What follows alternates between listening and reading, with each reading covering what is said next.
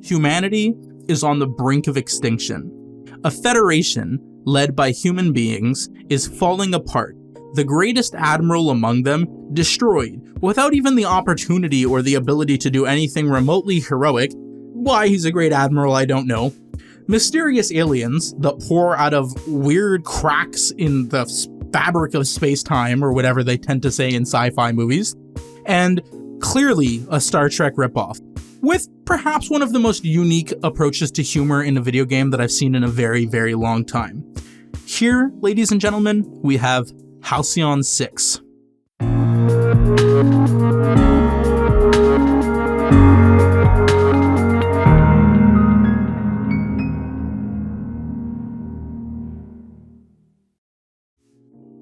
What's up, nerds? It's Titan here, and welcome back to Codex Review. So today, we're going to be talking about Halcyon 6 Lightspeed Edition. Now, right off the bat, I imagine you've got probably one or two different questions. So, I imagine question 1, what the hell is Halcyon 6? And 2, for those of you who are initiated, what on earth is the Lightspeed Edition? So, just to break this down, Halcyon 6, and I wish I could throw it into the subcategory or a genre of some sort. I wish there was some way to explain what this game is, but the truth is, it's just so different. I'm not sure there's anything that could quite do it justice. So Halcyon 6 is kind of like perhaps a Star Trek ripoff with a unique type of interface and gameplay. It definitely draws from a lot of the separate categories or styles that we've seen from other games, but often I feel that this leads to an unfair comparison, and we'll talk about that in just a moment. Now, the Lightspeed Edition is really just kind of like the complete edition of the game. It includes the base game as well as some additional content and just maybe perhaps a slightly sped up campaign just for easy digestibility. Now, the comparison that a lot of people make with this game is to games like XCOM or FTL or, God forbid, JRPGs. Now, if you've played this game even a little bit, you might think to yourself, well, there's some tiny similarities here. There's a couple of gameplay elements that are familiar. There's a couple of things that I think I've recognized from these games, and that might be true. For example, there is a base building mechanic similar to XCOM, and there is a time mechanic similar to XCOM, and there are pixel starships kind of like FTL, and you do have an officer for every starship, maybe a bit like FTL. But for the most part, I don't think that those comparisons are fair. In fact, I'd go so far as to say that those comparisons are just blatantly false. Now, I'm not 100% sure where they originated from, but I think the earliest source that I can find is actually from Kotaku, and it's a review on the game, and it likens it to those other games. And that's just outright false, because the truth is that Halcyon 6 is not like any of those games when the comparison is made. In fact, they are so different. The contrast between those games and Halcyon 6 is so high that it's like making a comparison between Call of Duty and Minecraft because you so happen to play both those games with a controller or a mouse and keyboard. So really, we're just talking about surface level similarities. Now, you may be wondering to yourself why I'm mentioning this before I've even gotten into the review, and there's a very good reason for this. So I spoke to a few of my friends, and I wanted them to get Halcyon 6 to play it so that we could see what we all thought about the game, especially considering the price tag was so cheap. So eventually, they just decided they weren't going to do it, and the reason is because they'd seen comparisons to games like XCOM and FTL. Now, I know, those are amazing games, and they're amazing games, but they don't appeal to the widest category of gamers. And so there are people who don't like those games who will outright dismiss Halcyon 6. Now, in the end, I bought Halcyon 6 for them. I did. And in the end, it turned out that they had loved the game. But these are consumers that never even had the opportunity to try it, that never even gave it a chance. In fact, I'm willing to bet that there are viewers that tuned out of this review even before the 5-minute mark just because they heard XCOM or FTL at the very beginning. And I think that's the damage of reviewers who are either too eager to put together an excerpt or a paragraph that kind of sounds good, or maybe half play a game, especially not to completion, just to get it off the board, to create content. I think that it's really important when we review titles to try and be thorough, because it leads to misconceptions like I think the serious one that surrounds this game. But before we get way far off topic and spend too much time talking about the meta or the higher level thinking regarding this game, let's just jump right into it.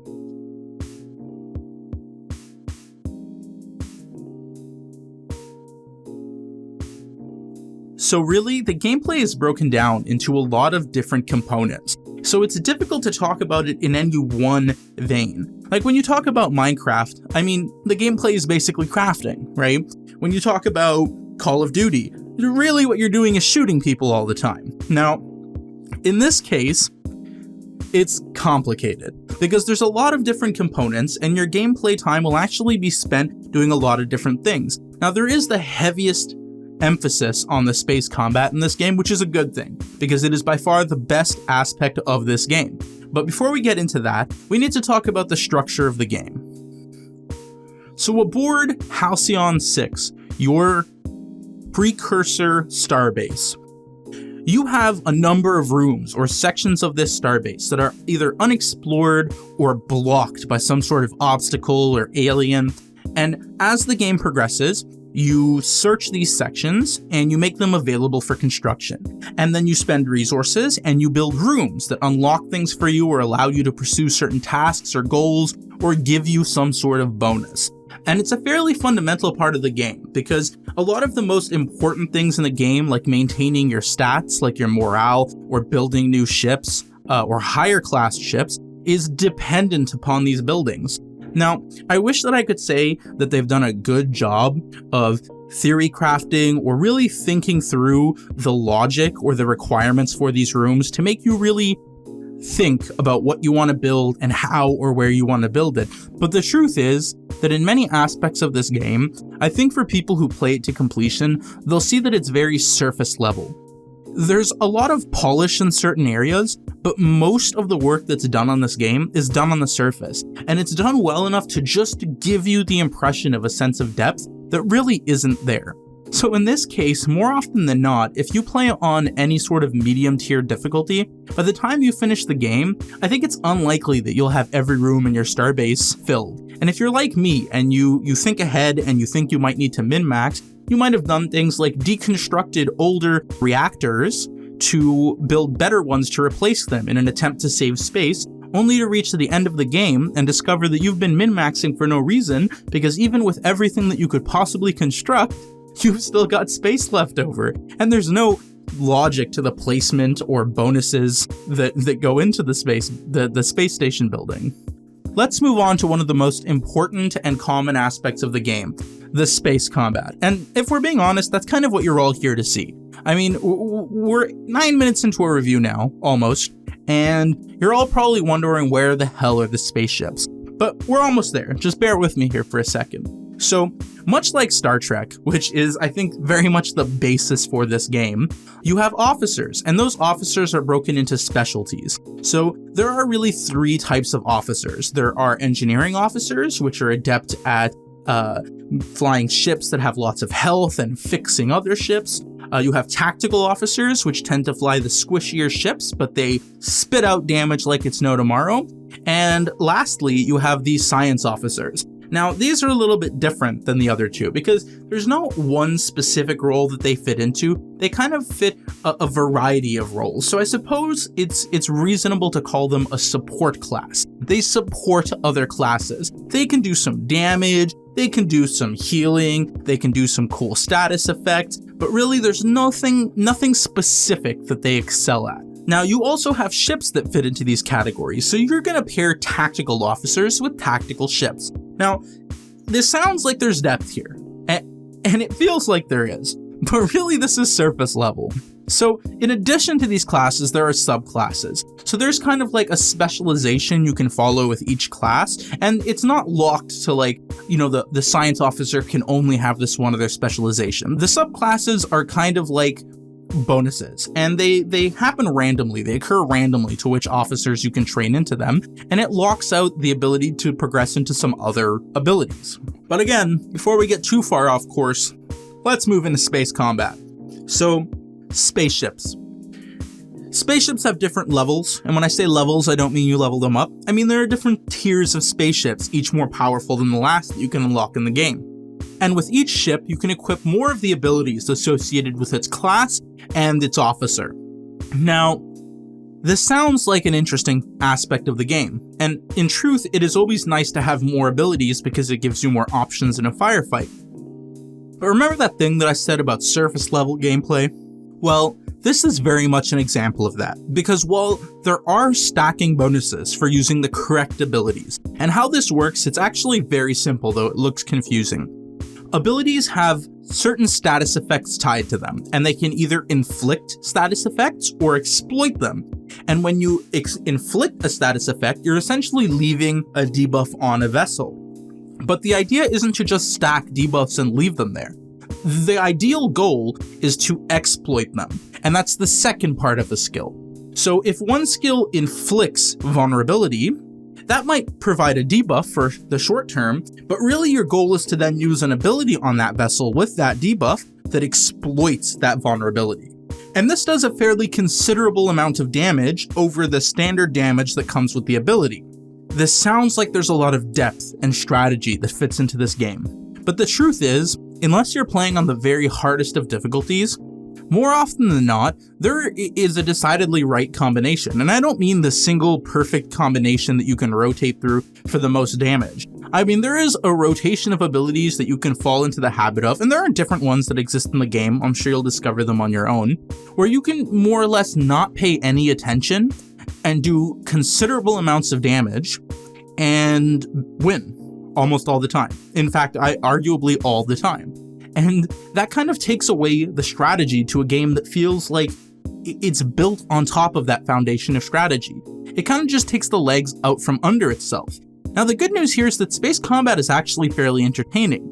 The problem is that once you've been playing this game for an extended period of time, it really begins to show that fault and it becomes apparent to you. And unfortunately, I wish I could say that it stopped with just space combat, because it is probably the most fun aspect of the game, and you will be doing it more than anything else. But these faults show in other areas of the game as well. I think one of the greatest examples of this is in fact equipment. So vessels actually have slots for equipment that you can put on them, and some of them are consumables, and others just provide passive bonuses.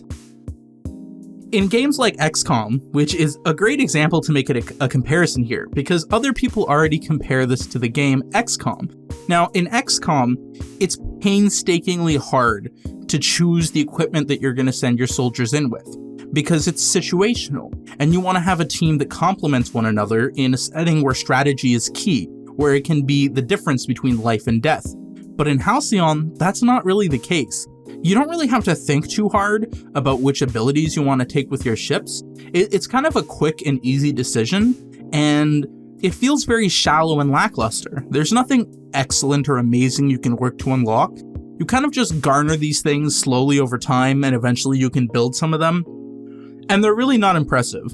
In fact, one of my friends finished the entire game without even realizing that equipment for ships was in the game, which is hilarious to me. The notion that you can finish a game, not intentionally by trying to avoid a mechanic just as a demonstration of skill, but unintentionally miss a mechanic that is included into a game the developers put time into creating and still finish the game. It's just astonishing to me, and I think it's an example of the kind of thinking that went into the development of Halcyon. So, before I spend too much time talking about all the faults, let's move into the map screen.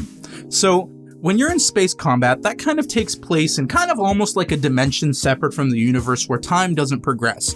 Time only progresses on the map screen. It's the only place where you can really move time forward in the game by hitting either a play or pause button. And in that time, you can send fleets to certain positions on the map, you can build things, you can upgrade planets or facilities that can send resources to you, you can build new ships or do construction on your space station. There's really a lot that can be done as time is progressed in the game. But anytime anything of real substance happens, it kind of happens in a pocket outside the universe where time just doesn't seem to exist.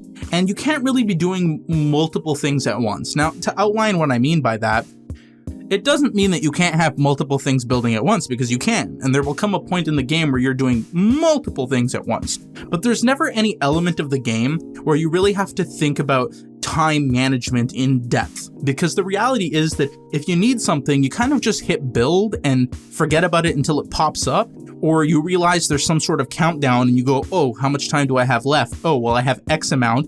X amount is greater than Y amount, which is the time that I need to do the thing. And so you just queue it up, finish it, and you're fine. And in reality, there's no real huge time pressures that are included in the game. Things can slip by you when you're not paying attention, definitely, but it's not like it's an aspect of the game that they put a lot of effort or time into. It's just kind of there. Which I suppose leads me to diplomacy. Now, there's kind of like a subsection of this game, an element that was included, and it wasn't in the base game, at least not when I played initially, although it's possible I missed it, but you can now build up your relations with other factions, and in some aspects this has a unique payoff, like when you fight one of the first really big alien vessels. But the reality is that your allies, or lack thereof, don't really do much. In this one instance, I had pirates of all factions, and it's funny because there's tons of factions in this game, which I have helped out far more than the pirates, but the pirates sent an amazingly powerful ship to help me fight the alien vessel, and I won, probably thanks to the fact that that vessel was given to me on loan for the course of that battle. As for the other factions, despite maintaining great diplomacy with them, they never really did anything that stood out to me until at the very least the very, very end of the game. And even then, it kind of felt like you were taking care of them the way that you might take care of a baby, which is frustrating because the story of the game is built around the notion that you're on the verge of extinction. You've been beaten back to almost nothing, and yet somehow you're still the one that has to help everyone else who, arguably in the lore of the game, is in a better position than you are, which is just astonishing to me. Before we move on to the next section of the game, there's one last thing I need to talk about. Ground combat. Now, I'm sure some of you who've watched at least my Empire at War review are probably giggling, because you know how I normally feel about ground combat in a lot of games. And it's frustrating, because there are some games that do it so well, especially games that have the dual element, space and ground. But oh my god, is it an afterthought in this game. More often than not, you won't have to engage in ground combat, but you will have to do it occasionally. And when you do, you kind of just try to muddle through. Sometimes it's absurdly easy to the point of being laughable. Sometimes it's absurdly hard in a sense that makes no sense and doesn't scale with the difficulty you're experiencing in space or in the rest of the game. It's just kind of there. And I don't think it was developed thoroughly, even though the skill screen gives you the perception that it was, because there's tons of abilities and tons of time that was clearly put into developing those abilities for ground combat. And yet I would say that if I had to total the amount of time I spent playing as my officers on the ground, it would maybe amount to a grand total of 5% of the time I spent playing this entire game. Whereas I can say that space combat easily adds up to maybe 70 to 75%, which is a whopping difference when you really compare the two. So either they put a lot of development into abilities that they didn't really need, or the alternative, they didn't really think about it and just slap things into the game that they knew people wouldn't notice the problems with because of how short the amount of time that they would spend doing it would be. I can't tell which of the two it is, but one thing I will say is that for this review, instead of writing a script, I've actually just thrown bullet points on my screen, and I'm aiming for a more conversational tone. And really the input thus far, because I haven't gotten to the editing or the post yet, it has been minimal. And yet I feel like I've probably put more effort into this review than the developers put into the ground combat section of this game, which sounds a little bit savage, but there's probably a bit of truth to it. Sound design and music.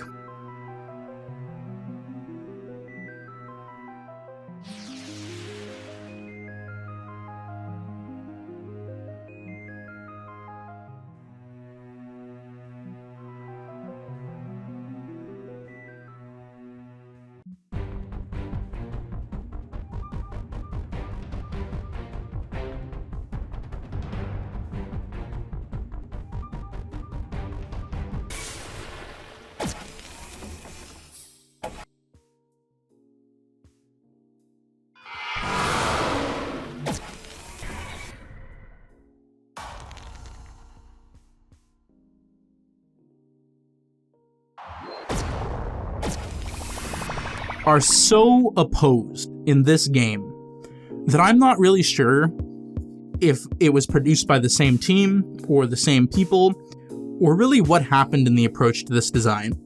Because the music in this game is actually really good. I like it.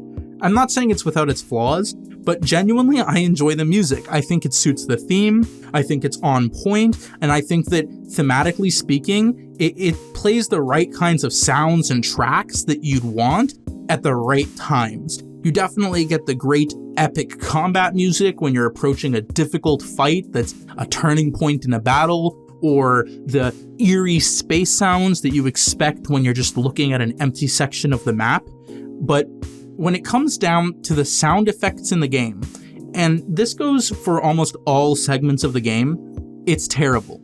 Especially the sounds of abilities and weapons as they're played out in combat. It is awful when you truly spend some time listening to it. So much so that in fact, I turned it off for most of the game because I just couldn't bear to listen to it after the first 2.5 hours. I definitely turned it on here and there to do some additional recording so I could have some stuff to show you guys, but with that exception, every time I did, I found myself loathing it and waiting for the opportunity to turn it back off. And that's really saddening when you think about it, because as much as I've talked about the negative aspects of this game, the truth is, this is one of those games where you get locked up in that gameplay treadmill where you can play like 8 hours and have fun in that 8 hours before you kind of wake up and look at yourself and ask yourself, what on earth am I doing? But when you're in that treadmill and you can't even bear to listen to the sounds that the developers put into the game, despite the effort that they tried to put into other segments of the game, I think that's a clear failure. It's sad, especially since you can look over all the other flaws, at least in the initial stages of the game, but it's so hard to ignore the sound effects. Now, the last thing we're going to talk about today is graphics. And it probably should have been earlier in this review, but the truth is that it happens to be one of the strongest, if not the strongest, aspects of the game. And I wanted to kind of end on a strong note here. Now, I think the pixel art approach is actually a really good approach for this game. It fits the theme, it fits the narrative, it allowed the developers, I think, to do more than what they could have done with a different approach to graphics. And while the graphics themselves aren't exceedingly amazing, the use of color and the style of art in this game, I have to say, is exceptional. It's very easy to tell things apart, and when it comes to graphics, you can tell the detail that was put into a lot of things. And I mean, it's astonishing in some aspects. One of the first times this really stood out to me was when I was on my space station and I looked at one of the rooms, and I think it was the bridge, as I recall, actually. And instead of just looking at it as like a box with the word bridge and what it could do for me, I actually took a moment to look close, and I realized that a lot of detail had gone into the things that were present in that little square. It looked kind of like a space station inside. And that I thought was really awesome. And when you really progress in the game, there's a lot of examples of successful art direction. From the way that factions' ships look, to how unique they are and how they match the humor or the style or the tendencies of the races that those ships belong to. And that's just a huge success. There are, I think, very few games where that level of success has been achieved in art direction, where things tend to match so perfectly in so many aspects. I think oftentimes they don't, and there's great design that's done in one area and it seems to clash a little bit with another area, but in this specific example, Halcyon 6 excels. Even the effects for space abilities, while lackluster at times, honestly are fairly interesting, and in some examples are fairly ingenuitive. And I wish that a lot more games took the time to make sure that everything in the game truly suited the theme of the game, especially in the aspect of art direction. Alright guys, time for the conclusion. It's kind of difficult with this one, because a lot of aspects of this game, I feel, have failed to hit the right notes. They feel underdeveloped, they feel like an afterthought. But other aspects of this game, I think, are amazing, and there's a lot of real potential here. And I don't mean the kind of potential that could come about with some additional DLC that the developers could throw at the title. I think if they were to relaunch or reboot this title and spend some real time thinking about some of the core problems with the game itself, such as perhaps the abilities for combat in space, ground combat altogether, and perhaps the way that you as a player interact with the world on the map screen, they could come away with a very successful game. Now, that doesn't mean that this game is terrible, and I wouldn't even say that this game isn't successful, because arguably it really is. And with the exception of a couple of glaring problems like the interface, which is something that I haven't even taken the time to talk about, but if I were to sum it up for you in a word here, it's clearly a mobile interface, even on PC. The reality is that the game also has its good aspects. The humor is amazing in terms of both how they make fun of Star Trek and also lean into Star Trek, which is clearly a genre that developers both think is silly at times, but also love and appreciate. And the way that they project the humor that I think the developers have themselves, and also how they make the universe come alive by using humor, both in how aliens interact with you and how you interact with them. But all in all, there's a lot of mixed feelings for this game here, and it's hard to say exactly how good or bad the game is, but if I had to give it a rating in a word, not a number, a word, I think I would go with the word adequate. It's an adequate game. For the price tag, I paid like $12 Canadian for it. I'd say that it's pretty worth that price. I got enough gameplay out of it to make it worth less than an hour's wage. Which I think is the goal with most games, right? Because if you really break it down, you're talking about how many hours you work versus how many hours of entertainment you're going to get from a product, if we take the real consumer or economic approach here. And if you put an hour's wage into a game and you get more than an hour of true entertainment out of it, not gameplay, but true entertainment, the game has probably done its job right, at least in that aspect. So is it worth the cost? I'd say absolutely. And if you've seen gameplay in this review and you think it might be good for you, or you've heard something in this review that you really like, I'd recommend that you go and buy this game. It's not a terrible game, but there are definitely a lot of flaws in the game, so don't go in expecting a masterpiece. Especially don't go in with great expectations, because I think that's truly how we disappoint ourselves more than anything. So thank you guys for taking the time to listen to this review today. If you have any questions, any concerns, if there's anything you agree or disagree with, please go ahead and drop a comment down below. And if you'd like to join the community and talk to me directly or anyone else, you can go ahead and join the Discord in the link below.